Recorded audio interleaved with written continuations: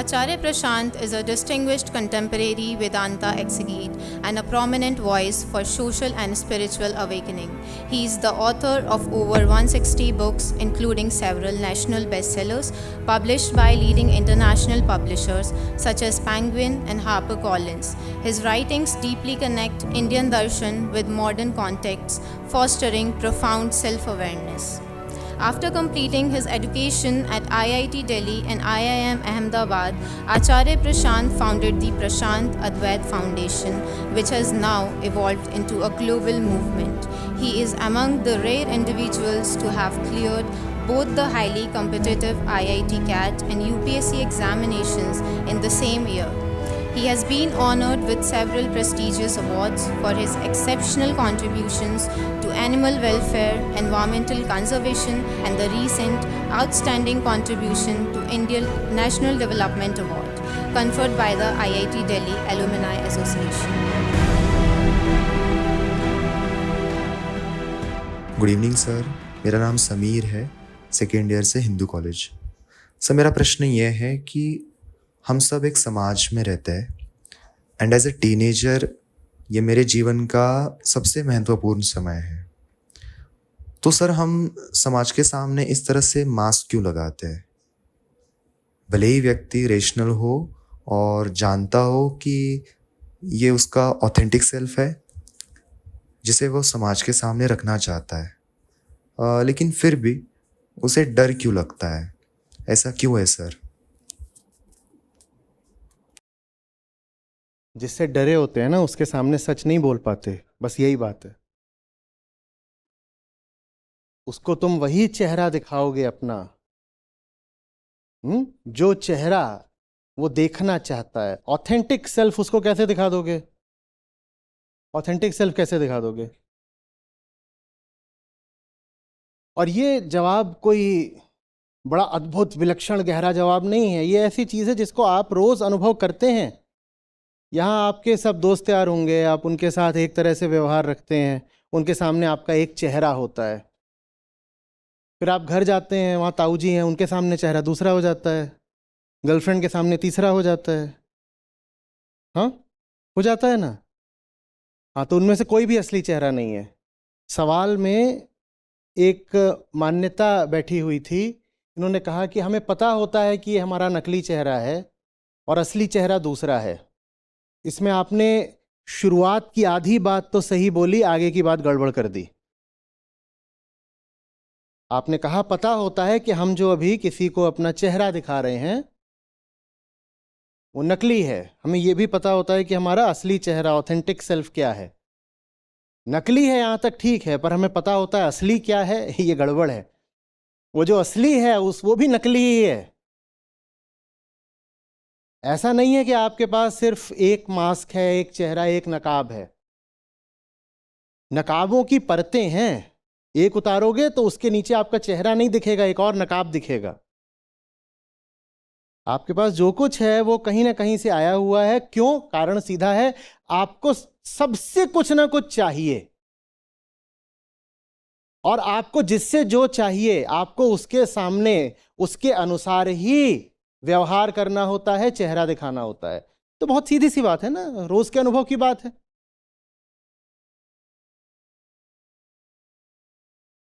आप किसी के पास जाते हैं, वो किसी नेता का समर्थक है, आपको उससे कुछ चाहिए, तो आप क्या करते हो? आप उसके सामने उस नेता को बुराई गाली देते हो? करते हो क्या? ऐसे नहीं करोगे। आप करोगे तो वो आपको देगा नहीं। तो यहां पर बात आ जाती है फिर डिजायर्स की। आप दूसरों के सामने नकली बनकर इसलिए जीते हो क्योंकि दूसरों को लेकर आपके पास कामनाएं हैं, डिजायर्स हैं। जितना किसी से कुछ चाहोगे उतना उसके गुलाम बन जाओगे और उतना उसके सामने नकली बन के जीना पड़ेगा। जितना ज्यादा किसी से कुछ चाहोगे, उम्मीद रखोगे, उतना ज्यादा तुम्हें उसकी मर्जी के अनुसार व्यवहार करना पड़ेगा। ये अलग बात है कि वो जो उसकी मर्जी है वो भी उसकी अपनी नहीं है, वो भी किसी और का गुलाम है, पर वो अलग मुद्दा है। अभी हम अपनी बात कर रहे हैं। बात समझ में आ रही है? देखो, आप टीनेजर हो, आप बड़े हो रहे हो, बहुत तेज़ी से इन सालों में आप पाते हो कि आपका एक्सपोजर बढ़ रहा है। पहले आप जब जूनियर क्लासेस में होते हो तो सीधे स्कूल जाते हो, वापस आ जाते हो, फिर आप सीनियर क्लासेस में होते हो तो आप स्कूल के बाद इधर उधर भटक भी लेते हो, आप कई बार कोचिंग के लिए दूसरे शहरों में चले जाते हो, ये सब होता है। फिर जब आप कॉलेज में आते हो तो आपकी फ्रीडम और बढ़ जाती है। कई बार तो आप कॉलेज के लिए अपना शहर छोड़ के ही आ गए हो, हॉस्टल में रह रहे हो, बहुत सारा पढ़ाई भी होती है तो उससे आपका मानसिक दायरा बढ़ता है, ये सब हो रहा है। आपकी एनर्जी भी बढ़ रही है शरीर से, और शरीर आपको वहां पर ले आया है जब बहुत सारी आप में कामनाएं खड़ी हो जाती हैं, ठीक है, और समाज भी, क्योंकि आपको सोशल एक्सपोजर मिल रहा है। इसमें आपको अगर पता नहीं है कि आपको सचमुच क्या चाहिए तो फिर आपको सब कुछ चाहिए। जिसको ये नहीं पता कि उसे क्या सचमुच चाहिए, उसे फिर सब कुछ चाहिए। मुझे लग रहा है मुझे कुछ चाहिए, भीतर एक खोखलापन रहता है, भीतर कुछ कांपता सा रहता है, भीतर कुछ कमजोर सा रहता है ना। कई बार आप उसको जवानी में अकेलापन भी बोल देते हो, पर मतलब यह है कि भीतर कुछ गड़बड़ी रहती है हमेशा। उसको नाम कोई भी दे दो, जैसे आजकल वो मीम चल रही है, सरसराहट, सरसराहट, परपराहट, तो नाम उसको कुछ भी दे दो पर भीतर कुछ लगा तो रहता है ना। कोई उसे अपूर्णता बोलता है, कोई उसे अज्ञान बोलता है, कोई कुछ बोल देता है, लेकिन आपको पता नहीं है वो चीज है क्या। वो आपको बेचैन तो करे रहती है पर वो पता नहीं है क्या है। तो जब पता होता भी नहीं और पता करना भी नहीं है, क्योंकि पता करने का प्रशिक्षण भी नहीं दिया गया है, तो दुनिया में जितनी चीजें होती हैं ना, आप हर चीज की तरफ भागते हो कि क्या पता यही चीज काम आ जाए। जब मुझे नहीं पता कि मुझे क्या सचमुच चाहिए तो मुझे फिर सब कुछ चाहिए। मुझे नहीं मालूम मुझे क्या चाहिए तो मैं यहां भी जाके, हाँ भाई यहाँ क्या चल रहा है, नॉक नॉक, यहाँ पे क्या दिख रहा है, यहाँ पे क्या बेचा जा रहा है, अरे यहाँ पर तो मौज है, अच्छा उधर सब लोग जा रहे हैं, जरा वहां भी आजमा लेते हैं, ये हो जाता है। तो फिर आपकी कामनाएं 100 लोगों से जुड़ जाती हैं, लोगों से, दिशाओं से, व्यवस्थाओं से, चीजों से, जो भी कह लो, आपकी कामनाएं 100 लोगों से जुड़ जाती हैं, ठीक है। और हमने कहा जिससे जितनी कामना रखोगे उसके सामने उतना ज्यादा झुकना पड़ेगा। और ये कितनी अजीब बात है कि जवानी जो बनी होती है तनकर खड़े होने के लिए, दहाड़ने के लिए, वो जवानी हमें कामनाओं के वशीभूत हर जगह झुकी हुई दिखाई देती है, क्योंकि आपको पता ही नहीं कि आप हो कौन, क्या करना है। हर चीज आकर्षक लगती है। अचानक से इतनी नई नई रोशनियां खिल गई हैं और सब लुभाती हैं। जैसे बरसाती पतंगे देखें, यहाँ पे इतनी सारी हैं ये लाइटें, यहाँ पे अभी एक बरसाती आ जाए पतंगा तो वो क्या करेगा, वो पूरे समय क्या कर रहा होता है, यहां भी जाएगा, वहां भी जाएगा, यहां भी जाएगा, यहां भी जाएगा, यहां भी जाएगा, हर एक से वफा करता है। पैसा भी चाहिए तो उसके लिए भी जाते हो तो वहां पर फिर कहा जाता है कि अब ये कर लो, वो कर लो, एक नया नकली सेल्फ और चढ़ा लो अपने ऊपर। और जो नकली सेल्फ है वो सबसे ज्यादा पता चलता है प्लेसमेंट में, इंटरव्यू के समय।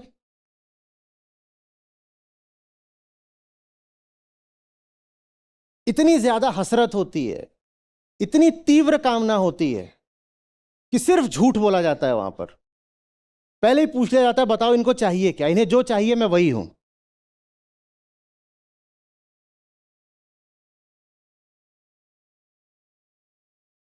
तुम दिन को कहो रात तो हम,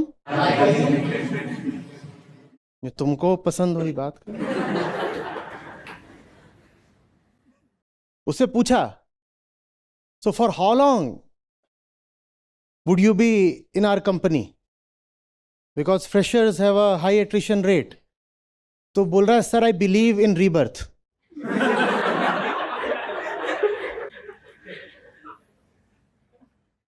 ये कैसा सवाल कर दिया आपने।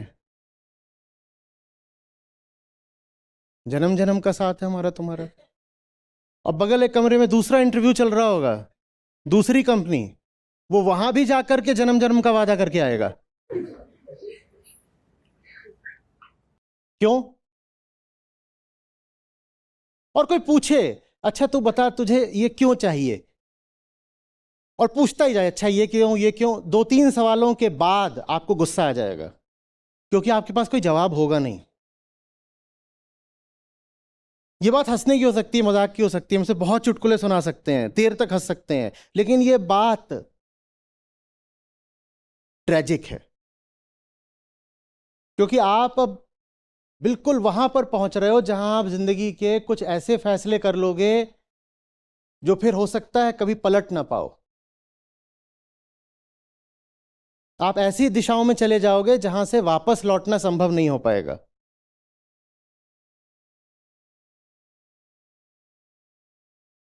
उस दिशा में जाकर के आप थोड़ा बहुत मुड़ वगैरह सकते हो, और उसको आप कह दोगे ये मेरी फ्रीडम है, देखो मैं जिधर को गया मैंने वहां पर थोड़ा सा तो अपना चेंज किया, कुछ कस्टमाइज किया अपने हिसाब से। क्या कस्टमाइज किया?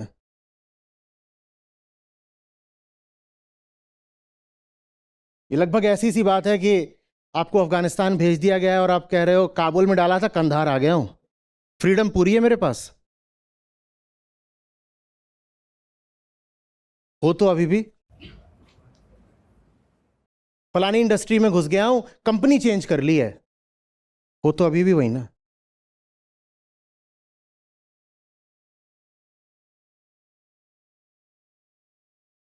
बात समझ में आ रही है? ये मुझे बहुत गजब चाल सी लगती है माया की, कि बहुत जल्दी इंसानों में पूरी जिंदगी का फैसला हो जाता है। अगर हम माने कि हम 100 साल, अब तो कहते हैं 120 साल जीते हैं, तो जो आपका क्लाइमेक्स होता है एनर्जी का, वो 15 ही साल से बनना शुरू हो जाता है। ये कितनी अजीब बात है, कितनी अजीब बात है। और जो चीज खासकर लड़कियों की, महिलाओं की बहुत सारी ऊर्जा लेकर चली जाती है, बहुत सारा उनका समय लेकर चली जाती है, वो भी उनकी जिंदगी में बहुत जल्दी आ जाती है। और जल्दी आने का मतलब होता है कि तब तक आपके पास कोई समझ नहीं होती। आप जीने वाले हो 100 साल, और आपको सबसे कड़े इम्तिहान में, जहां पर आपको बड़े फैसले लेने हैं, वहां आपको डाल दिया गया है 15 से लेकर के 30 की उम्र के बीच में। बड़ी नाइंसाफी है ना? और अक्ल आनी है 50-60 में।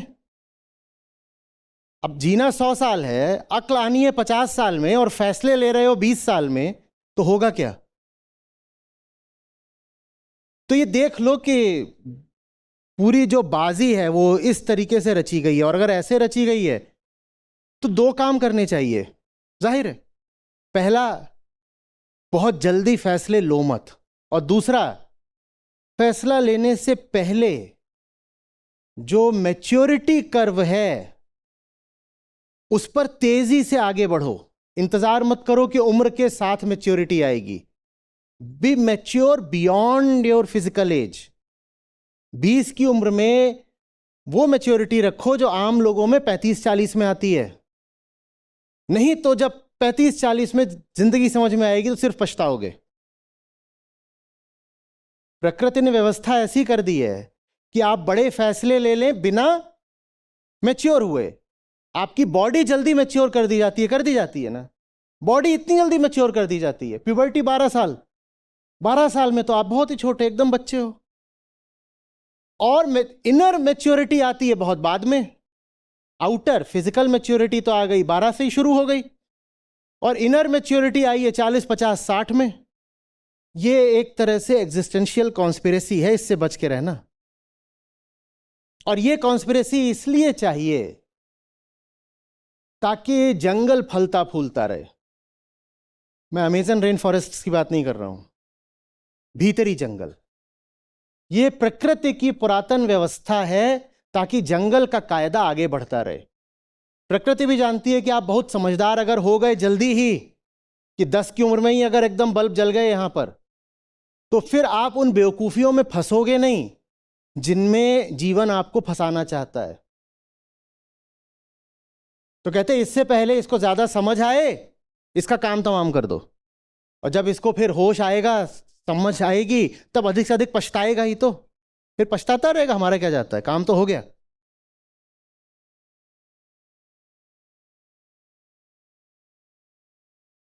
बात समझ में आ रही है?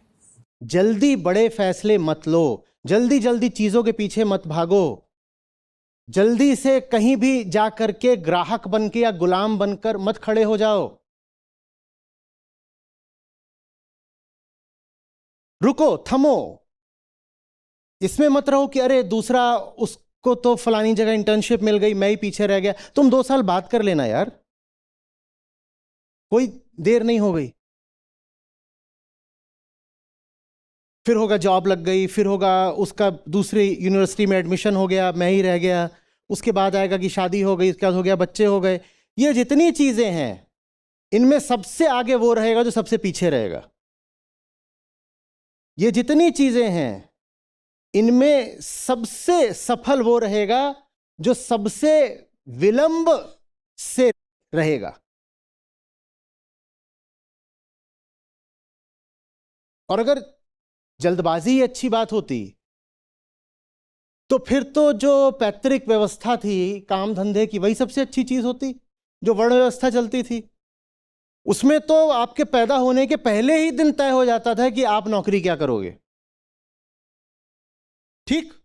और अगर आप लड़की पैदा हुए हो तो तय ही हो जाता था कि अब नौकरी क्या करोगे, यह सवाल भी नहीं बचता था पहले ही दिन। अगर जल्दी से सब कुछ तय कर लेना इतना बढ़िया होता तो फिर तो वर्ण व्यवस्था बड़ी अच्छी थी ना, और बाल विवाह बहुत अच्छा था। काहे के लिए परेशान हो रहे हो, इधर जाकर डेटिंग, ये वो डंबल बम्बल सब चला रहे हो, क्या कर रहे हो? ये 8 साल का बनना, 6 साल की बननी, 12 साल में गौना।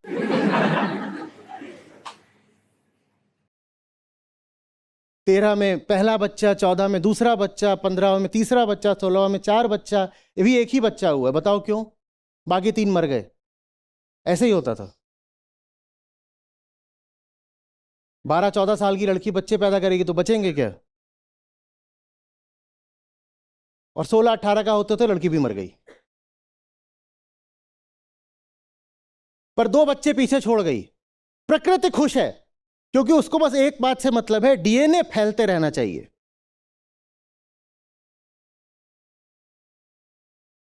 दो पीछे छोड़ दी ना औलादें, काम हो गया, बस ठीक है, तुम इसी के लिए पैदा हुए थे। सारी जो तुम्हारी हड़बड़ी है वो किस लिए है बताओ तो? तुम्हें जल्दी किस बात की है? ले देकर तुम्हें प्रकृति के मंसूबों को ही पूरा करने की जल्दी होती है, इसीलिए तड़बक तड़बक भागते हो। नौकरी भी जल्दी से क्यों चाहिए?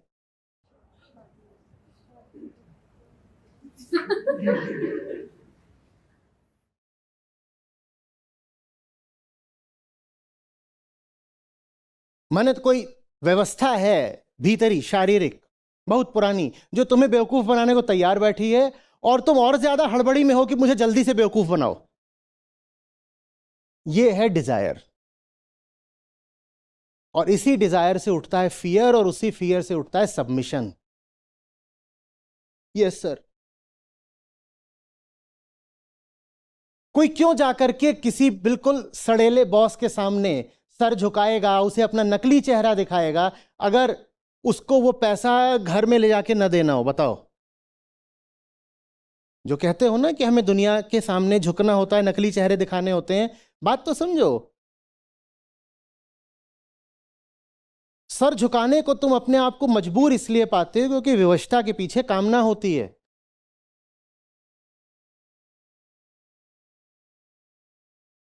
और यह कामना एक अनएग्जामिन्ड कामना है, यह ऐसी कामना है जिस पे तुमने कभी जाकर विचार नहीं किया कि मुझे ये चीज चाहिए भी कि नहीं चाहिए। लोग घर खरीद लेते हैं, इतनी मोटी ईएमआई पाल लेते हैं, अब उसके बाद आपको पता भी हो कि आपका ऑर्गेनाइजेशन करप्ट है पूरे तरीके से, और घटिया काम कर रहा है, क्रूएलिटी का काम कर रहा है, हेरा फेरी का काम कर रहा है, दुनिया को बर्बाद करने का काम कर रहा है, आप नौकरी छोड़ सकते हो? आप सर झुका के चलोगे वहां पर। क्यों? क्योंकि आपने वहां पर एक हाउसिंग लोन की ईएमआई बांध ली है। समझ में आ रहा है सर क्यों झुकता है? क्योंकि हमारी कामनाएं अंधी हैं। और वो जो घर है जिसकी आपने ईएमआई बांधी है, वो और कुछ नहीं है, वो जंगल के किसी जानवर की गुफा है। वो वहीं से कैरी फॉरवर्ड हुआ। ये बात समझ में आ रही है? जंगल में हर जानवर अपने लिए कुछ ठिकाना बनाता है ना, तो हमारी भी वही इंस्टिंक्ट है। चिड़िया अंडे देने के लिए घोंसला बनाती है ना, वही हमारी इंस्टिंक्ट है, घर होना चाहिए, घर होना चाहिए। कोई घर घर करे तो समझ लो बात अंडों की हो रही है।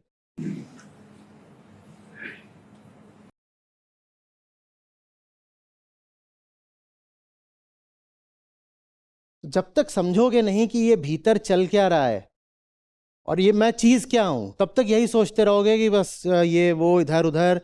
बहुत बढ़िया रंगीन बाजार सजा हुआ है, जैसे छोटे बच्चे मेले में आ जाते हैं, ऐसे देखते हैं आंखें फाड़ के चारों ओर, वैसे ही देखोगे और हर दुकान पे भागोगे कुछ उठाने के लिए, और जहां जाओगे वहीं पर दाम वसूला जाएगा। दाम देते देते तुम बर्बाद हो जाओगे।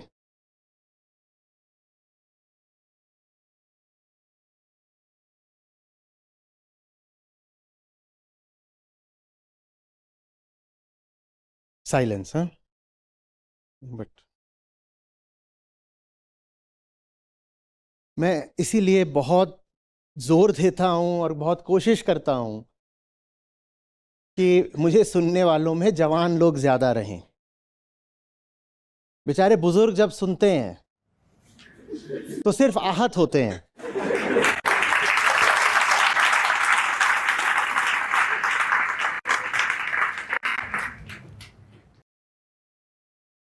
एक बार तो एक मारने को लगभग कूद पड़ा था। मैंने कहा ठीक है, पर ये तो बताओ मेरा अपराध क्या है? बोल रहा अगर ये बताना ही था तो 30 साल पहले क्यों नहीं बताया? उसकी समस्या ये नहीं थी कि मैं जो बोल रहा हूं गलत है, बोल रहा या तो 30 साल पहले आके बता दिया होता तो मैं बच जाता। अब क्यों बता रहे हो? अब बता रहे हो तो सिर्फ उससे मेरी तड़प बढ़ रही है। मुझे और ज्यादा दिखाई दे रहा है कि ये क्या हो गया मेरे साथ। ऐसी हालत अपनी चाहते हो 30 साल बाद? तुम्हारी मर्जी है, तुम जानो। गंभीर हो गए काफी। आचार्य जी प्रणाम। मेरा प्रश्न है, आज प्रक्रिया और परिणाम जो साहित्य के विद्यार्थी होते के नाते ये मुझे सारे पता क्या? है कि दोनों एक दूसरे के पूरक हैं। क्या कह रहे हैं?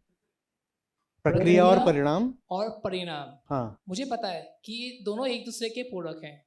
फिर पूरक भी है। हाँ, फिर भी आज प्रक्रिया को नहीं परिणाम को महत्व दिया जा रहा है। मैं बहुत दिन से इस विषय पे सोच रहा हूँ कि मैं किसको महत्व दूँ, क्योंकि मैं समाज में देख रहा हूँ परिणाम को ज़्यादा महत्व दिया जा रहा है और जो प्रक्रिया है, जो मेहनत है, प्रयास है, उसको दरकिनार किया जा रहा है। अब इस विचार, अब आप इस पर मार्गदर्शन कीजिए। ये कोई नई चीज थोड़ी है। कह रहे हो कि अब समाज में परिणाम को ज्यादा महत्व दिया जा रहा है। हमेशा से ऐसा था। और जब तक ये समझोगे नहीं कि हमेशा से ऐसा था, तब तक ये भी नहीं समझोगे कि क्यों ऐसा था। अगर हमेशा से ऐसा था तो उसी की वजह से होगा ना जो हमेशा से है।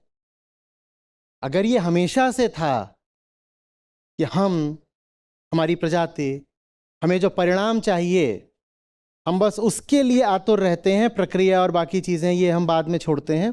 अगर हमेशा से ऐसा था तो किसी ऐसे ही कारण से होगा ना जो कारण भी हमेशा से है। तो ऐसी कौन सी चीज है जो हमेशा से है?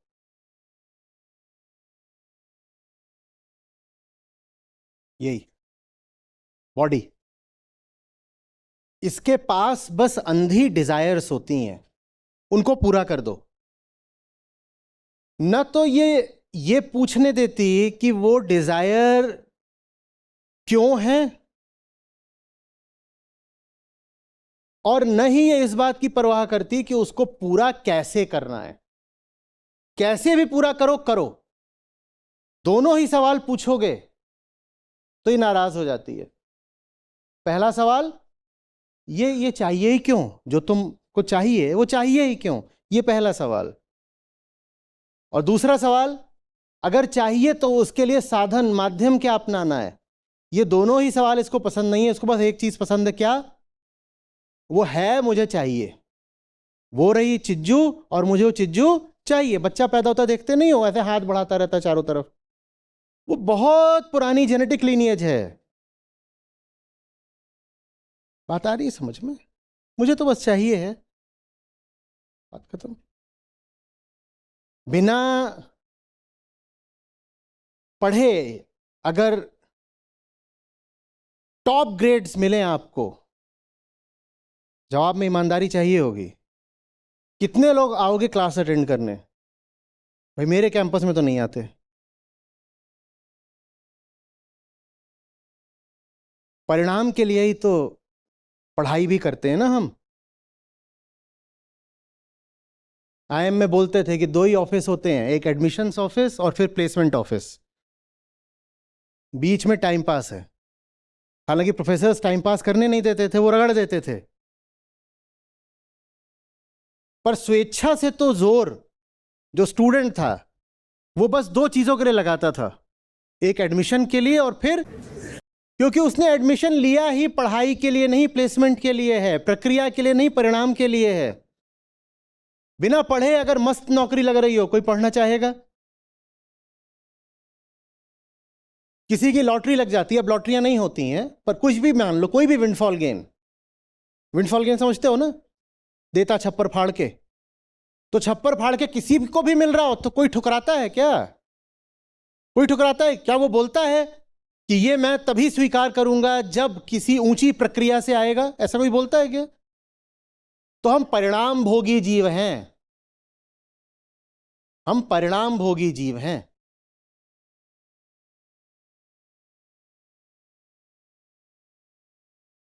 जब कामना सर उठाती है तो फिर उसको रोकने के लिए इसीलिए हमें बड़ा लंबा तामझाम करना पड़ता है नैतिकता का और आदर्शों का।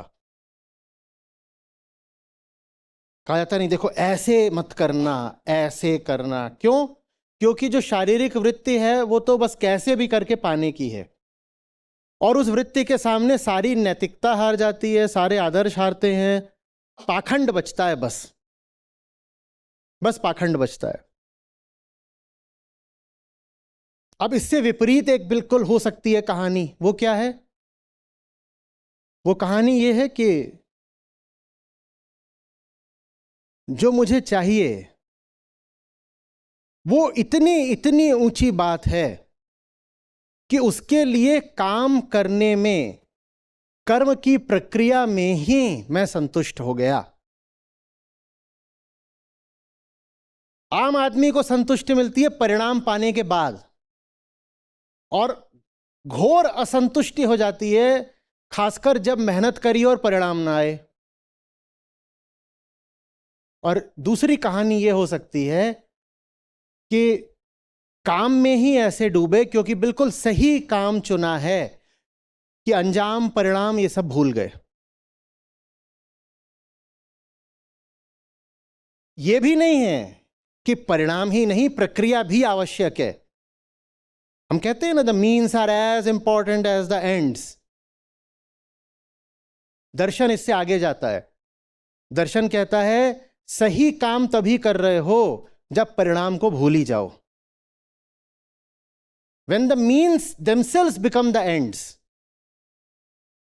कि काम में डूबना ही परिणाम हो गया। ये इंतजार नहीं है कि 3 महीने काम करेंगे फिर परिणाम आएगा, फिर तो 3 महीने तक आप छटपटाते ही रहोगे कि परिणाम कब आएगा, परिणाम कब आएगा। काम ऐसा कर रहा हूं, मुझे नहीं मालूम है खत्म भी कब होगा, लेकिन हर दिन काम में ही सुकून मिल जाता है। तो इस काम का अंजाम क्या होगा ये कौन सोचे?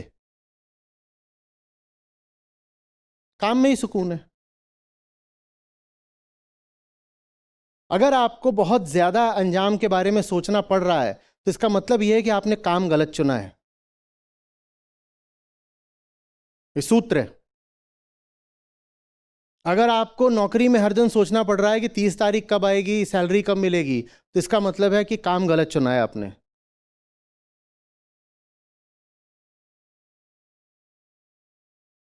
काम ऐसा होना चाहिए कि पता भी ना चले कि सैलरी कब आ गई अकाउंट में, 10 दिन बाद पता चले।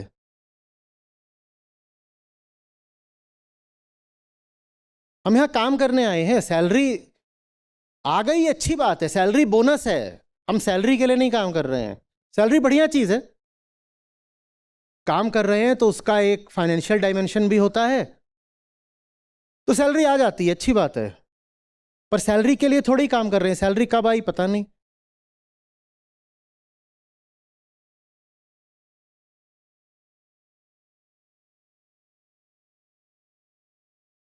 पर हम इतने ज्यादा रिजल्ट फोकस्ड हो गए हैं कि हम कुछ भी करते हैं तो हम पूछते हैं इसमें रिजल्ट क्या मिला।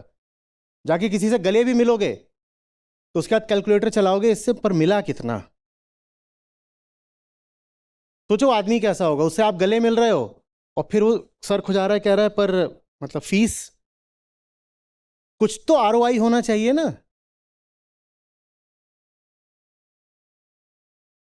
आरओआई माने रिटर्न ऑन इंटीमेसी। चलता नहीं है क्या रिश्तों में?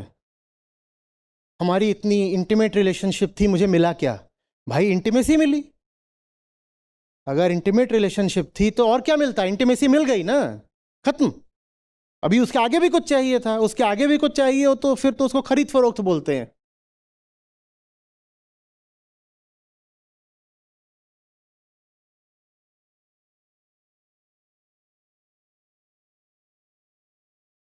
रिलेशनशिप में कपल्स बोलते मुझे तुमसे मिला ही क्या है, मैं क्या हूं? वेंडिंग मशीन हूं, मुझसे क्या मिलेगा? मैं ही तो मिला हुआ हूं,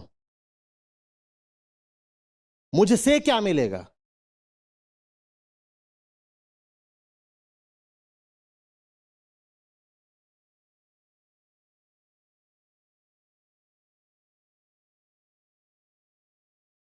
आ रही है बात समझ में? हाँ, इस पर भी मत रहो कि मुझे परिणाम और प्रक्रिया दोनों ठीक रहे। पहले पूछो कि वो परिणाम चाहिए ही क्यों। परिणाम माने एक एंड रिजल्ट जिसका संबंध डिजायर से होता है, जो चीज जिसको आप अपना लक्ष्य, टारगेट, गोल बना रहे हो, उसे बना ही क्यों रहे हो, ये उसके बाद किस बात है कि प्रक्रिया क्या होगी। और जब लक्ष्य सही बनाया होता है तो वो सही लक्ष्य ही सही प्रक्रिया स्वयं निर्धारित कर देता है। लक्ष्य ही आपको बता देगा कि प्रक्रिया क्या रखनी है, क्योंकि लक्ष्य स्वयं प्रक्रिया बन जाता है। ये बहुत ऊपर से अभी जा रहा होगा थोड़ा, कोई बात नहीं, जाने दो।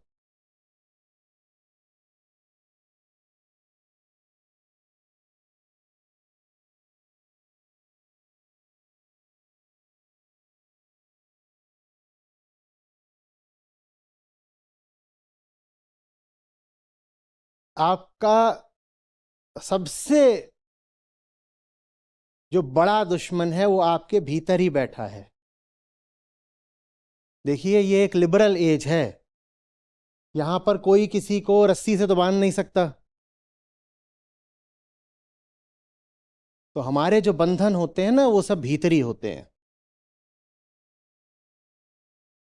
और वो भीतरी बंधन इन्हीं रूपों में अभिव्यक्त होते हैं। मुझे ये चीज चाहिए, मुझे वो चीज नहीं चाहिए, फलाने परिणाम की मुझे आकांक्षा है, यही है। डिजायर मत रखो, मिशन रखो। चाहत दोनों में मौजूद होती है पर तल बहुत अलग है।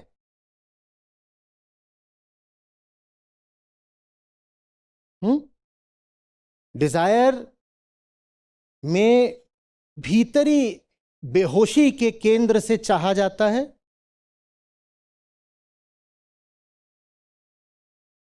और मिशन में समझदारी से, बोध से। और उसके लिए हिम्मत चाहिए। यूं ही जो सब कुछ सब लोग चाह रहे हैं, उसके पीछे पीछे चलने के लिए क्या हिम्मत चाहिए? भेड़ को क्या हिम्मत चाहिए? पर शेर की तरह अकेले चलने के लिए हिम्मत चाहिए। तो आप जितने भी अच्छे ऊंचे सवाल पूछते हो ना, उन अच्छाइयों, उन ऊंचाइयों की कीमत चुकानी पड़ती है। फ्रीडम, पहला सवाल था लिबरेशन, ऑनेस्टी, ये सब बातें तो हैं, अच्छी बात है, लेकिन इनकी कीमत चुकानी पड़ती है।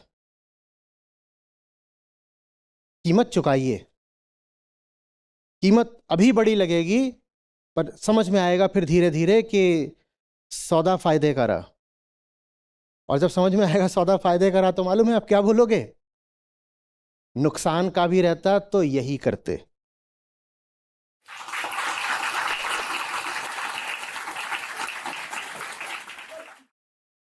ये होता है परिणाम की परवाह न करना, कि कभी ये दिखाई भी दे कि ये सौदा घाटे में जा रहा है, तो बोलो जाने दो। कभी दिखाई दे कि अरे बड़ा फायदा हो गया, तो बोलो जब घाटे का था तब भी कर तो यही रहे थे। तो इसमें फिर अब सोचने से फायदा क्या बार बार।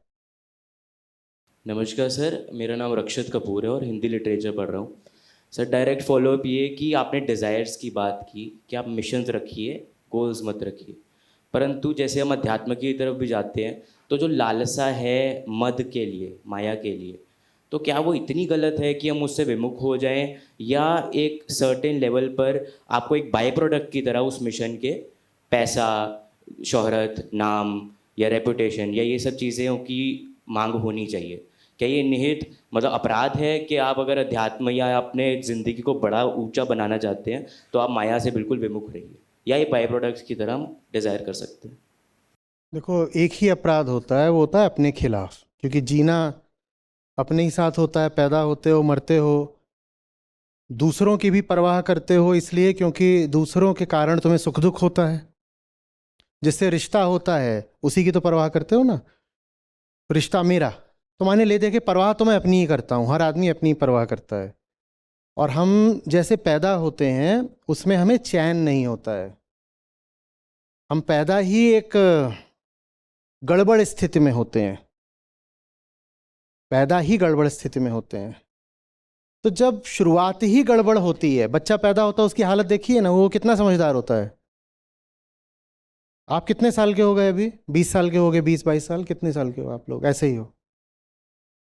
सोचो 22 साल से पढ़ते ही जा रहे हो, कितनी खराब हालत रही होगी पैदा होते वक्त, कि 22 साल से शिक्षा दी जा रही हो, अभी 2-4 साल और लोगे कम से कम, और तब भी कोई भरोसा नहीं कि कुछ यहां जलेगा कि नहीं जलेगा। ये हमारी हालत होती है पैदा होते वक्त। जबरदस्त अज्ञान, पाशविक वृत्तियां, तभी तो इतनी एजुकेशन देनी पड़ती है। सोचा नहीं कभी कि इतनी एजुकेशन की जरूरत क्या है? क्योंकि पैदा ही गड़बड़ हुए हो, माने सभी। तो आदमी जो पैदा ही हुआ है और उसमें बेचैनी है, एक पोटेंशियल, एक संभावना है, बहुत ऊंची संभावना है, लेकिन उसका जो यथार्थ है वो तो ऐसे ही है, बिल्कुल जानवर जैसा लीचड़। तो फिर स्वयं के प्रति अपराध क्या हुआ कि जो तुम्हारी लीचड़ हालत है तुमने वही बने रहने दी, बल्कि उसी लीचड़ हालत पर और चल चल करके तुमने अपने आप को और गिला दिया। पैदा ही गड़बड़ हुए थे और अपने आप को और ज्यादा गड़बड़ कर लिया। यह है अपराध, और कोई अपराध नहीं होता। तो मुझे सिर्फ क्या करना है? मुझे और बेहतर होने की कोशिश करनी है। उसी बेहतरी को अध्यात्म में कहते हैं मुक्ति। मुझे और बेहतर होने की कोशिश करनी है। अब बेहतर होने की कोशिश की जगह मैं जा रहा हूं कूदफांद करने, तो यह अपराध है कि नहीं, ये तुम जानो। मेरी हालत यह है कि मैं 10 तरह के रोग लेके घूम रहा हूं, पर उन रोगों का इलाज करने की जगह मैं कह रहा हूं मुझे चाट भंडार ले चलो, उसमें मुझे मद मिलता है, उसमें मुझे सुख मिलता है, उत्तेजना मिलती है। तो अभी अपराध है कि नहीं, है तुम जानो। किसी और के प्रति नहीं, स्वयं के प्रति यह अपराध है कि नहीं, है तुम जानो। बात नैतिकता की नहीं है, बात सामाजिक आदर्शों के पालन की नहीं है, बात किसी बाहरी कानून की नहीं है, बात अपनी जिंदगी की है भाई, हमारे ही प्रति दायित्व। फिर कह रहा हूं मेरी हालत यहां से लेके यहां तक खराब है, 10 तरह के रोग लगे हुए हैं, पर उन रोगों पर ध्यान देने की जगह मैं कह रहा हूं भाई बता, अगला मद माने अगला नशा कौन सा उपलब्ध है, मूवी आ रही है कोई, ये बता। कहीं टूरिज्म के लिए चलें, ये बता। पैसे मिले हैं, कुछ अलग तरह की शॉपिंग कर लें, ये बता। और इलाज हो सकता है, लाइलाज कोई नहीं है, इलाज सबका हो सकता है, पर इलाज के लिए जो उसके पास समय और संसाधन है उसको वो खर्च कर रहा है शॉपिंग मॉल में। आपके पास कुछ पैसे हैं जिससे आपके कैंसर का इलाज हो सकता है। ये एक जन्मगत कैंसर है। गौतम बुद्ध ने कहा पहली बात, जन्म दुख है और उसके बाद का भी सब कुछ दुख है, सर्वम दुखम। तो एक जन्मजात कैंसर है और उस कैंसर के इलाज के लिए आपके पास कुछ पैसे हैं छोटे, कुछ समय है आपके पास, और वो पैसा और समय आप कह रहे हो इधर जाना है, उधर मौज मारनी है, करना है, वो करना है। जब मौज मार भी रहे हो तो भीतर से कैसा अनुभव कर रहे होगे? कैसा? बेचैनी, क्योंकि वो तो कैंसर भीतर बैठे ही हुआ है ना। मौज के क्षण में भी वो आपको दुखी ही रखे हुए है, पर आप बाहर बाहर ऐसा अभिनय करते हो जैसे मौज आ गई। सुख में सबसे बड़ी समस्या यह है कि वो झूठ है, तुम्हें सुख है ही नहीं, तुम ढोंग कर रहे हो सुख का। और दर्शन और अध्यात्म इसीलिए होते हैं ताकि आपको सचमुच सुख मिल सके। नहीं तो जिसको आप कहते हो कि सुख में क्या अपराध हो गया, इसमें क्या बुराई हो गई, भाई मैं फन लविंग हूं, इसमें बुरा क्या है? इसमें बुरा यह है that you are having no fun at all. अगर तुम सचमुच मौज ले रहे होते तो ये तो मजेदार बात हो जाती, हम भी तुम्हारे साथ आ जाते। कोई एकदम मस्त है, लड़खड़ा रहा है, गिर रहा है, कुछ कर रहा है और 100 तरीके की नालायकियां कर रहा है, और आप उसको बोलने जाओगे भाई बहुत हो गया चल। बोले मैं मौज ले रहा हूं, तुझे क्या प्रॉब्लम है? बोले मुझे प्रॉब्लम यह है कि तू मौज नहीं ले रहा है, और अगर तू सचमुच मौज ले रहा होता तो मैं भी वही करता जो तू कर रहा है, बिल्कुल कर लेता। तेरे पास कोई मौज नहीं है, तू ढकोसला कर रहा है, तू अपने आप को भी धोखा दे रहा है कि तुझे मौज है। ऊपर ऊपर से तुम बस हैप्पीनेस के लक्षण प्रदर्शित कर रहे हो, जैसे कि दांत ऐसे कर दिए, हा हा हा कर दिया, किसी को बधाई हो, कांग्रेचुलेशंस बोल दिया। तुम ऐसे दिखा रहे हो कि जैसे बड़ी खुशी है, तुम खुश हो नहीं, ये समस्या है। तो सुख वर्जित नहीं है, झूठा सुख वर्जित है, और वर्जित किसी दूसरे के द्वारा नहीं है। हमने क्या कहा? हमारी जिम्मेदारी किसके प्रति है? हमारे ही प्रति है। और हम खुद को झूठे सुख की चाशनी चटाते रहते हैं और कहते हैं my life is okay, doing well, या good morning, what's good about the morning यार? मुंह देखो, अभी भी दोपहर के 12 बजे हुए हैं, मॉर्निंग तो है ही नहीं। ठीक है, तो फिर कहा कि आप अगर अच्छा काम कर रहे हो और उसके सह उत्पाद बाई प्रोडक्ट के रूप में आपको कुछ चीजें मिल जाती हैं तो क्या है, तो मिलती रहे, अच्छी बात है, बोनस है, बढ़िया है। पर उस चीज के लिए नहीं कर रहे हैं, वो चीज नहीं भी मिलेगी तो वही करेंगे। देखो सही बात तो यह है कि बाई प्रोडक्ट के तौर पर वो सब भी मिल जाता है बेटा जो तुमने कभी मांगना तो छोड़ दो, सोचा भी नहीं था, वो सब भी मिल जाता है। लेकिन फिर भी फर्क नहीं पड़ता, क्योंकि तुम उसके लिए थोड़ी काम कर रहे हो। और यही खूबी होती है अच्छे और असली काम की और अच्छी और असली जिंदगी की। उसमें बिना मांगे बहुत कुछ मिलने लगता है। तुमने मांगा नहीं था, तुमने सोचा नहीं था, चाहा नहीं था, मिलने लग जाता है बहुत कुछ। पर जो बहुत कुछ मिल रहा होता है तुम्हारे लिए छोटी चीज होती है, क्योंकि तुम्हारा प्यार असली चीज से है, और इसीलिए फिर तुम आजाद रह पाते हो।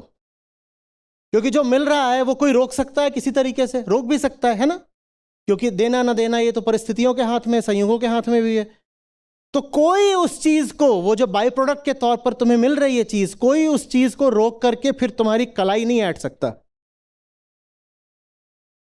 आपका बॉस ऐसे आपकी कलाई मरोड़ देता है ना, बोल के कि पैसे काट लूंगा, अप्रेजल नहीं होगा तेरा, क्योंकि आपको जो मिल रहा है उसके हाथ में होता है, आपको जो मिल रहा है उसके हाथ में है। तो फिर वो आपको, तो जिस आदमी के लिए बहुत जरूरी हो गया, जो बहुत महत्व देने लग गया उन चीजों को जो उसे काम से मिल रही हैं, वो फिर सही काम नहीं कर पाएगा। वो पाएगा कि बार बार उसकी कलाई उमेठी जाती है, चाहे वो काम में हो, चाहे रिश्ते में हो, चाहे किसी चीज में हो, जीवन के किसी भी क्षेत्र में। दूसरी ओर आपको जो मिल रहा है बस इंसिडेंटल है, संयोगिक है। तो मिल गया तो बहुत अच्छी बात, नहीं मिला फिर ऐसा है कि भाई मेरा जो काम है ना वही मेरे लिए 10 करोड़ का है, और ये जो तुम चीज दे रहे हो 100-200 रुपए की, 10 करोड़ के काम को कर रहा हूं, 10 करोड़ तो मुझे मिल ही रहा है, उसको करने से ही मिल रहा है। उसके बाद 100 रुपया मिल गया तो भी ठीक, और नहीं मिला तो भी ठीक, हम गिनेंगे ही नहीं, हम गिनेंगे ही नहीं। आज आप लोगों ने, मैं यहां पर आया तो इतना बढ़ा चढ़ा करके मेरा परिचय दिया, हाँ, जिसके तो मैं लायक भी नहीं हूं। बड़ा अच्छा है, स्वागत कर रहे हैं, बहुत अच्छा है। और आपको मालूम है आज से 15 साल पहले, बल्कि 20 साल पहले से ऐसे ही ऑडिटोरियम्स में, कॉलेजेस में मैं स्टूडेंट सामने जाता रहा हूं, कोई स्वागत नहीं कर रहा होता था। तब ऐसे भरा भी नहीं होता था, आप लोग यहाँ सीढ़ियों पर बैठे हो, मामला खचाखच भरा हुआ है, कुछ नहीं होता था। पता नहीं मेरी आवाज ऐसी है, सूरत ऐसी है, जितना भरा होता था वो भी खाली हो जाता था।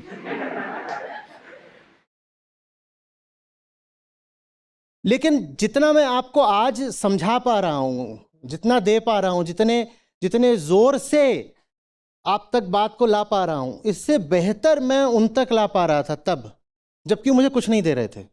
वहां क्या मिल रहा था? बल्कि एक तरह से कहूं तो उपेक्षा और अनादर मिल रहा था। बात आ रही समझ में? आप इतना कुछ दे रहे हो तो इसका मतलब ये थोड़ी है कि मैं आपको कुछ अतिरिक्त दे सकता हूं। मेरे पास जितना था मैंने तब भी दिया, मेरे पास जितना है मैं आज भी दे रहा हूं। और तब शायद मैं थोड़ा युवा था तो मैं और जोश से दे पाता था।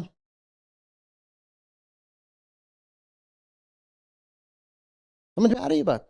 ऐसा भी हुआ है कि ऐसे ही है, बहुत बड़ा ऑडिटोरियम है, उसमें कुल 10 जने बैठे हुए हैं, और वो 10 भी ऐसे छितरा के बैठे हुए हैं।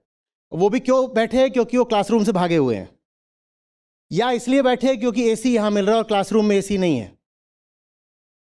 तो फिर मैं कई बार तो मंच पे भी नहीं होता था, मैं नीचे उतरता था, हाथ से पकड़ पकड़ के लाता था, 10 जनों को ऐसे बैठाता था, और 10 जनों के लिए 2-2 3-3 घंटे बोलता था। मैं आज भी आपसे 2 घंटे बात कर रहा हूं, तो आपसे ये बात करके मुझे कुछ अतिरिक्त थोड़ी ही मिल रहा है। मैं उतना ही तब भी कर रहा था, उतना ही आज भी कर रहा हूं। और किसी दिन आप मुझे यहां बुला के और बड़ा तमगा दे दो तो भी मैं बात इतनी ही करूंगा, क्योंकि आज भी मैं जितनी कर रहा हूं उससे अधिक मेरे पास कुछ है नहीं। मैंने कुछ छुपा के बचा के नहीं रखा है कि मुझे जब और देंगे तो फिर मैं और दूंगा। मैं 100% 20 साल पहले भी दे रहा था, आज भी दे रहा हूं, 20 साल बाद भी दूंगा। कुछ मिल गया अच्छी बात है,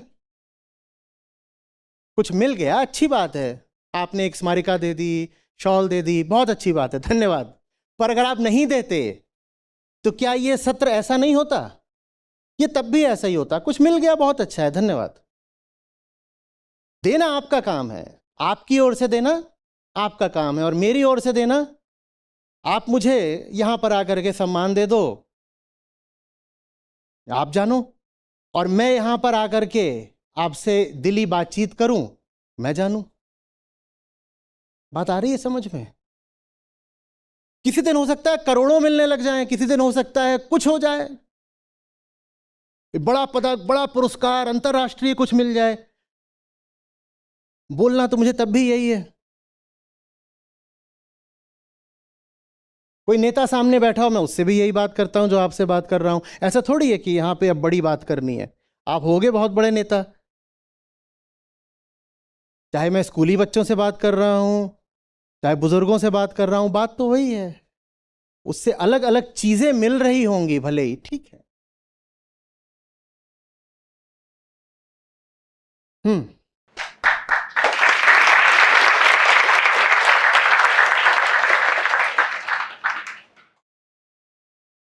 मेरा नाम विशाल है। मैं पेशे से पीडियाट्रिशियन हूँ। मैं आचार्य जी से करीब 1 साल 6 महीने पहले जुड़ा हूँ। आचार्य जी के गीता सत्रों से जुड़ने के बाद मेरे जीवन में कई सारे बदलाव आए हैं।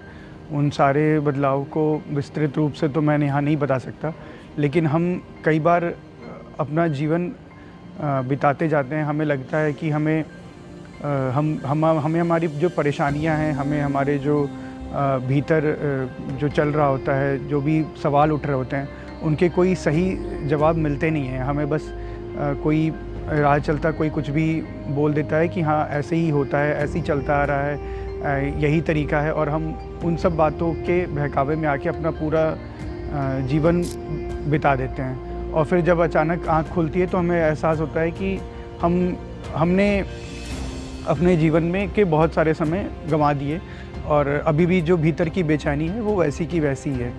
तो ये चीज़ जब आचार्य जी से हम जुड़ते हैं तो सवालों का जवाब हमें मिलता है और हमारे जीवन में थोड़ी स्पष्टता आती है। इस जो हमारी जो भी समस्या है, जो भी बेचैनी है, उसका समाधान हमें यहीं मिलना है।